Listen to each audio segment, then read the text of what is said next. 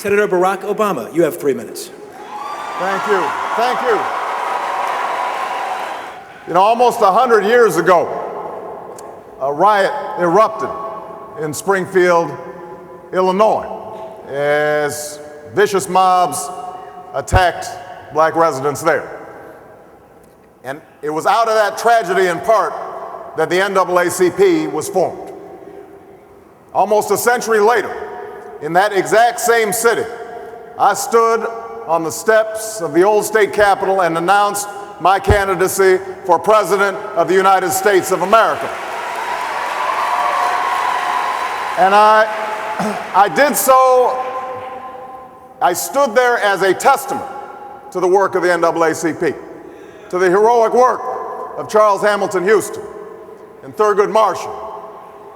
But I also stood there because I know what you know, which is that despite all the progress that has been made, we still have more work to do.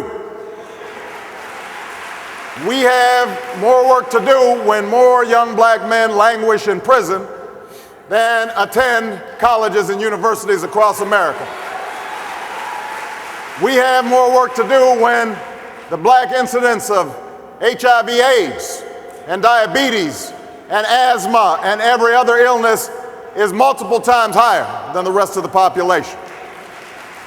We have more work to do when Scooter Libby gets no prison time, but a 21-year-old honor student who didn't do anything that is even a felony gets 10 years in prison.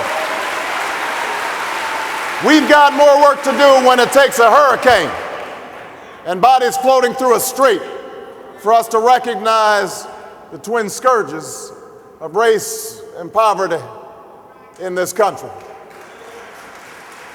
We know that government can't solve every problem. We know that we've got obligations to ourselves and obligations to our children that no government can meet.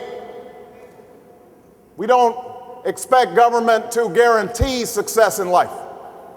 But when so many children, when millions of children start off in the race of life so far behind only because of race, only because of class, that's a betrayal of our ideals. That's not just an African American problem, that is an American problem that we have to solve.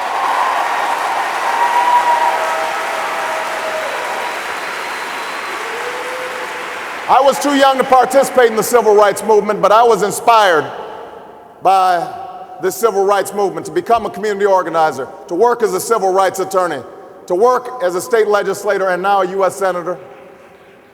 I am absolutely confident that we can make the changes that are necessary, but I'm going to need your help.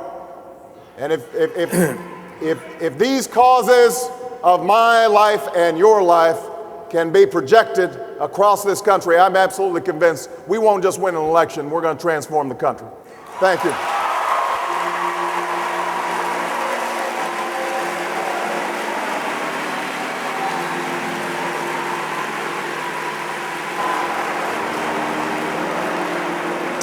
And now to Senator Christopher Dodd.